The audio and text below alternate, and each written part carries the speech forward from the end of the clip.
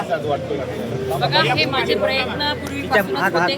तुम्हाला माहिती असणार, काही वर्षांपूर्वी मी पतंजलीला जाऊन रामदेव बाबांना पण भेटली होती की त्यांच्या दूध डेअरी, त्यांचे जे काही आयुर्वेदिक औषधांचे प्रोडक्ट्स आहेत ते आमचे शेतकरी या ठिकाणी पिकवू शकतात, ह्यासाठी तुम्ही गुंतवणूक करा. पण त्याला तेव्हा मला यश आलं नाही. त्यानंतर मी अमूल कंपनीकडे पण गेली काही वर्षांपूर्वी, त्यालासुद्धा मला यश आलं नाही. पण आज मागच्या 1.5 वर्षापासून, म्हणजे जशी मी पालकमंत्री झाले तेव्हापासून ठरवलं होतं आणि म्हणून आज तुम्ही बघितला हा आपला पहिला इन्व्हेस्ट इन परभणी कार्यक्रम अतिशय यशस्वी झालेला आहे. यामध्ये पुष्पाल होम टेक्स्टाईल्सचं जे मागच्या 20 वर्षांपासून भारतातलं सर्वात मोठं ई-कॉमर्सचं मार्केट ज्यांचं बाहेर देशांमध्ये आहे, सर्वात मोठा बिझनेस ज्यांचा आहे, ते पुष्पाल होम टेक्स्टाईल चा या ठिकाणी डायरेक्टर आले होते.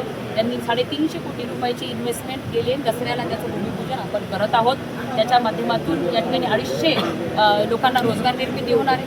त्याचबरोबर प्राईम फ्रेश ही लिस्टेड कंपनी आहे जी शेतकऱ्यांच्या सोबत काम करते. तर 10,000 शेतकऱ्यांना आपल्या जिल्ह्यातल्या या ठिकाणी त्यांच्या उत्पादनाला भाववाढ देण्यासाठी त्यांनी या ठिकाणी 250 कोटी रुपयाची इन्व्हेस्टमेंट करण्याचं MOU केलेलं आहे आणि त्यांनी मागच्या 3 महिन्यापासून कामसुद्धा सुरू केलेलं आहे.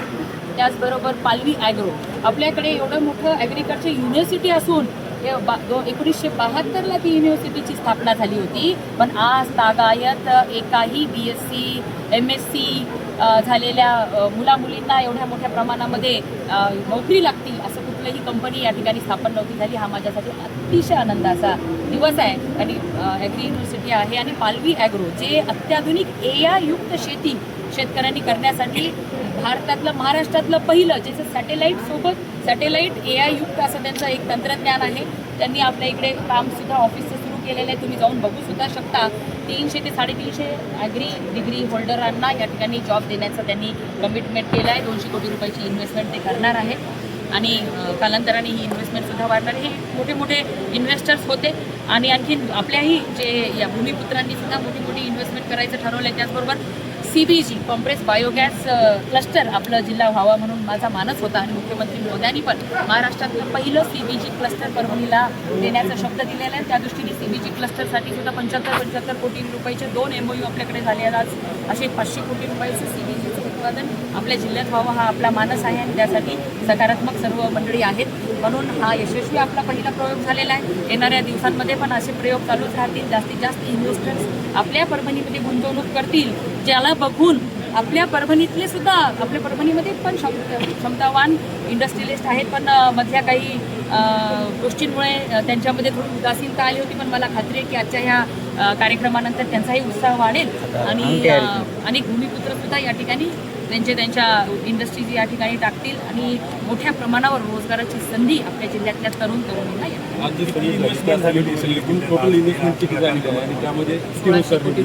आणि प्रत्येकाची यादी आपल्याला देण्यात की कोणती कंपनी आहे, त्यांनी किती कमिटमेंट केलेली आहे आणि कशावरती काम करतात त्याची यादी आपल्याला. आता बघा, जवळपास 12-13 हजार लोकांना रोजगार निर्मिती आपली ह्या 1 ते 3 वर्षामध्ये होणार. जिल्ह्यातल्या ज्या MIDC आहेत त्यांचा सुद्धा प्रश्न आहे. काही ठिकाणी तर आपण MIDC स्थापन झाले. हे बघा, MIDC शिवाय सुद्धा आपल्याच जिल्ह्यातले CA धूत यांनी प्रायव्हेट इंडस्ट्रीयल झोन करून त्या ठिकाणी सुद्धा चांगली इंडस्ट्री उभी करून दाखवलेली आहे. त्यामुळे MIDCचा आग्रह करण्यापेक्षा आम्ही ह्या ज्या कंपन्या आणल्या त्यांना आपणच MIDC सारखे सर्व त्या ठिकाणी उभं करून देणार आहोत. जे आपल्या मला बरेचसे आपल्या MIDCमध्ये ज्यांचे पूर्वीचे उद्योग आहेत, रेंटेड जागेमध्ये आहेत, त्यांनी सुद्धा विनंती केली की त्यांना आणखीन एक्सपांड करायचं आहे. कुणाला 3 एकर जागा पाहिजे, कुणाला 2 एकर, त्यांना सुद्धा आपण ती जागा उपलब्ध करून देणार. ऊर्जेच्या आपण त्या ठिकाणी ट्रान्समिशन त्यांना लाईन मिळवून देणार, पाण्याची व्यवस्था करणार.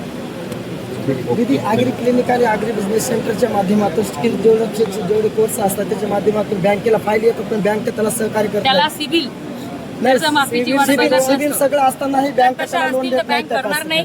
कारण बँकचे पण आज प्रतिनिधी छोट्या उद्योगांसाठी बँक त्याला सहकार्य करत नाही. फाईली असेल तसं तिथंच ठेवून त्याच्यावरती बघा, दर महिन्याला आम्ही मिटिंग घेतोय.